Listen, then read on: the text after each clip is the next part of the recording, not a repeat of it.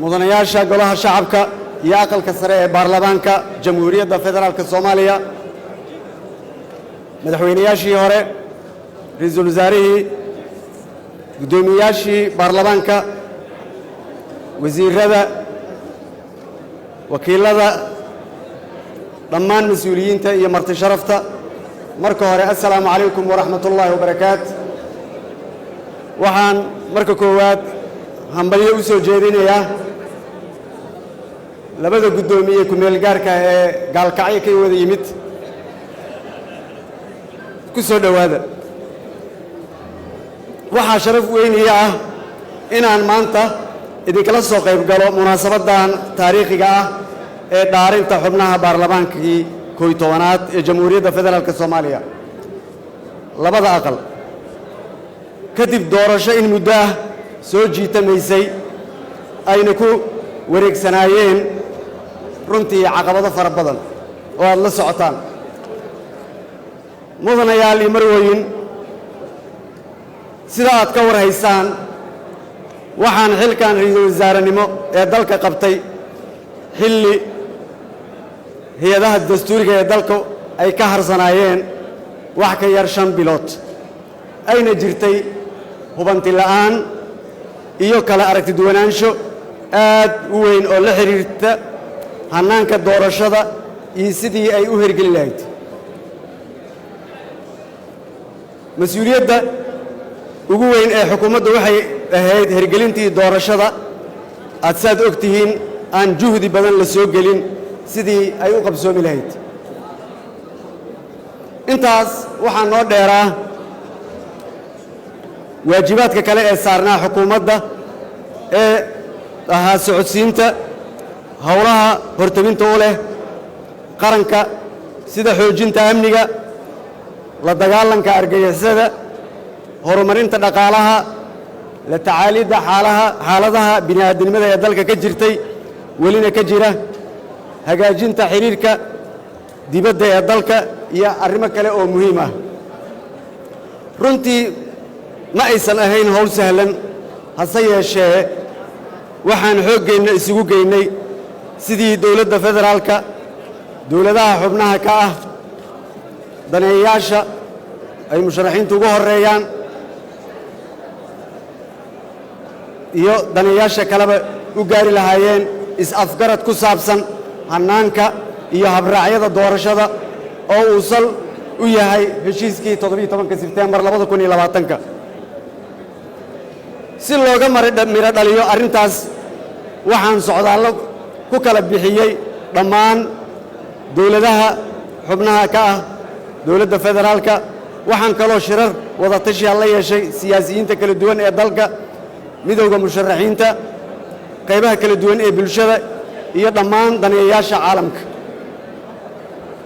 kadib dadaal dheer iyo wada tashiyo aan la yeelanay cid kasta oo arrintu qusayso waxaan ilaahay subxaanahu wa tacaala eebbe nagu guulaysiiyey in golihii wada tashiga qaranku saxiixaan heshiiskii 27 May 2021 oo lagu xadiday jadwalka iyo habraacyada doorashada xildhibaanada labada aqal heshiiskaas waxaa xigay kulamo kale oo goluhu yeelanayay si xal loo dhan yahay looga helo hadba wixii caqabad ah ee soo kordha hase yeeshee waxaa xusud mudan in aan wajahnay caqabado aad u badan oo ahaa isku dayo la doonayay in lagu joojiyo in la soo gaaro marxaladdan maanta aynu joogno waxaan waqti maal iyo maskaxba lagu bixiyey abuuristay khilaafyada siyaasadeed ee golaha wada tashiga dhexdiisa ahaa faragelin joogto ah oo guddiyada doorashada lagu hayay u adeegista hay'adaha dowladda dana siyaasadeed iyo abuurista xasarado lagu maarmi karay oo dhexdeenna ah kuwaas oo igu kallifay in aan qaato go'aamo qaraar balse dalka laga soo gudbiyey jidgooyooyin badan waxaa xusid mudan in kasta oo aan maanta joogno munaasabaddii hay-addii ugu sarraysay dowladnimadeenna lagu dhaarinayay haddana uu weli jiro harraadigii dhaqanka carqaladaynta doorashada iyada oo siyaabo kala duwan loo adeegsanayo hay-adaha dowladda qaarkood iyo saamaynta shisheeyaha mudanayaal iyo marwooyin halgan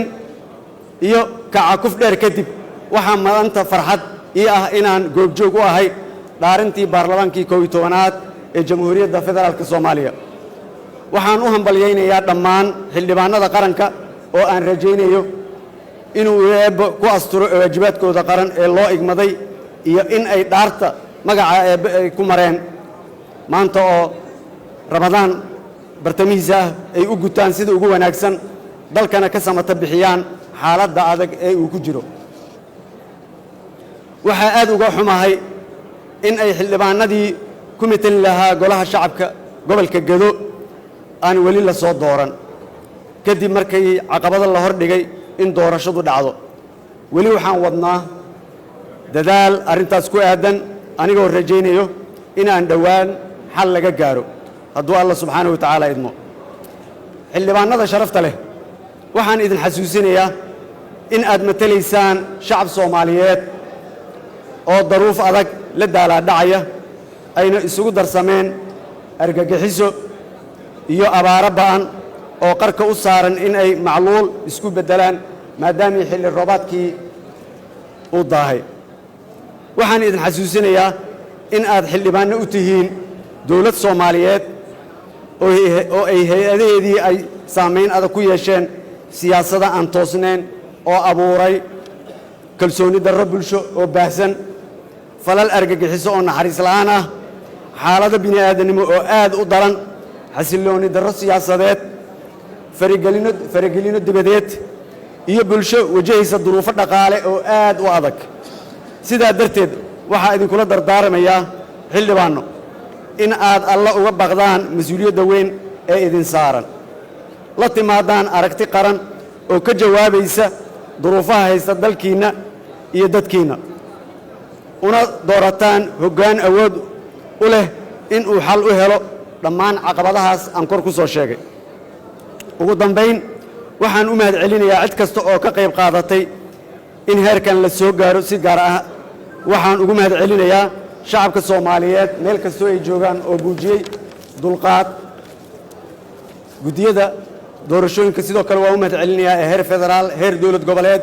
iyo guddiga xallinta khilaafaadka oo lahaa hawsha ugu badan ee hirgelinta doorashada ciidamada ammaanka Soomaaliyeed waa u mahadcelinayaa ciidamada amisom haddana loogu yeero admis si gaar ah waxaan ugu mahadcelinayaa ciidanka booliiska iyo taliyahooda xijaar oo runtii muujiyey dhabar adeeg sidoo kale waxaan u mahadcelinayaa dhammaan dawlad goboleedyada dalka oo ka qaatay kaalin muhiim ah iyo dhammaan saaxiibada caalamka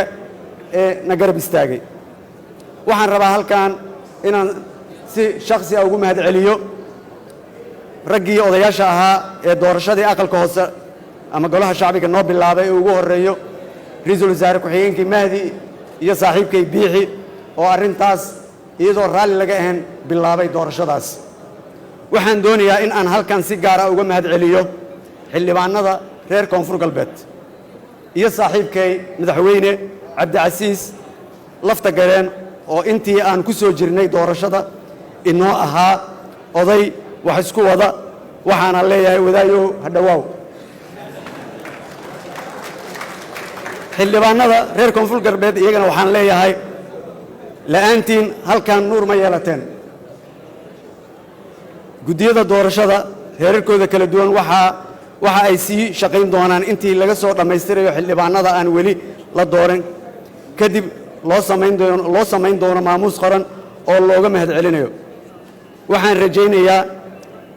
in qaybaha ka haray doorashada noogu dhammaato si guul ah degdeg iyo nabad sidoo kale waxaan farayaa wasiirka wasaaradda maaliyadda Dr. Bayle inuu sida ugu dhaqsiyaha badan u bilaabo xaqii ay lahaayeen xildhibaanada cusub mushaarkooda iyo degaankooda iyo wixii la xiriiray waxaan rabaa inaan ku soo gunaanado kaftan yar saaxiibaday xildhibaanada maanta horteeda fadhiyo waxaan leeyahay ee wajiyadeyda horteeda ka muuqdo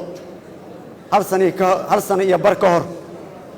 magaciina warqadaha la ii keenay kuma jirin laakiin maanta ilaahay wuxuu qadaray inuu magaciina halkan ku soo daro marka waxaan idin leeyahay nasiib aad leedihiin ilaahay u mahad celiya waxaan leeyahay khayr ayaa ku jirto ayaa ku jiro in qayladii idinka yeertay aad ku hesheen kursiga maanta ku fadhidaan waxaan kaloo rabaa in aan xuso wixii hadda ka dambeeyo warka wuxuu noqonayaa xildhibaanada ii geeya xildhibaanadan waxaan leeyahay dhibkii idinka soo gaaray doorashada dhuunta ha ku dhegina dadka musharaxiinta u fududeeya howlahooda hambaliyo mar kale rabadaan mubaarak soomaaliya ha noolaato waxaan idin leeyahay soo dhowaada soo dhowaada soo dhowaada